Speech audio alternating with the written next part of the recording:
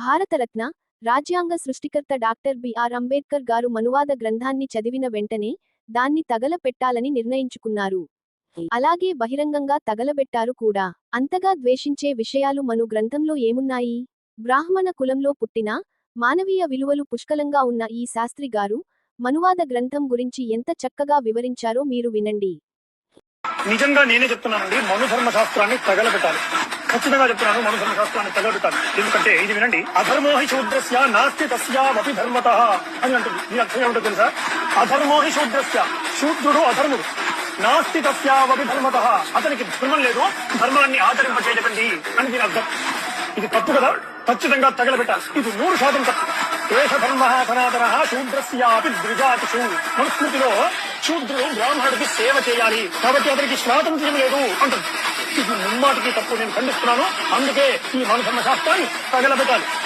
సాక్షాత్ అధీయేత బ్రాహ్మణ శూద్రాన్ని దాతవే. ఈ అర్థం ఏమిటో తెలుసా? మనం చెబుతున్నాడు, శూద్రుడు జ్ఞానం పొందకూడదు, చదవకూడదు. ఎందుకు చదవకూడదండి? ఇది ముమ్మాటికి తప్పు. అందుకే మనుధర్మ శాస్త్రాన్ని తగలబెట్టాలి. స్త్రీ స్వాతంత్ర్యమర్హతి, స్త్రీకి స్వతంత్రత లేదు, ఆమె పురుషుడి ఆధీనంలో ఉంటాయి. ఇది కూడా ముమ్మాటికి తప్ప కాదా? అందుకే మనుధర్మ శాస్త్రాన్ని. మిత్రులారా, దయచేసి సబ్స్క్రైబ్, లైక్, కామెంట్, షేర్ చేయండి.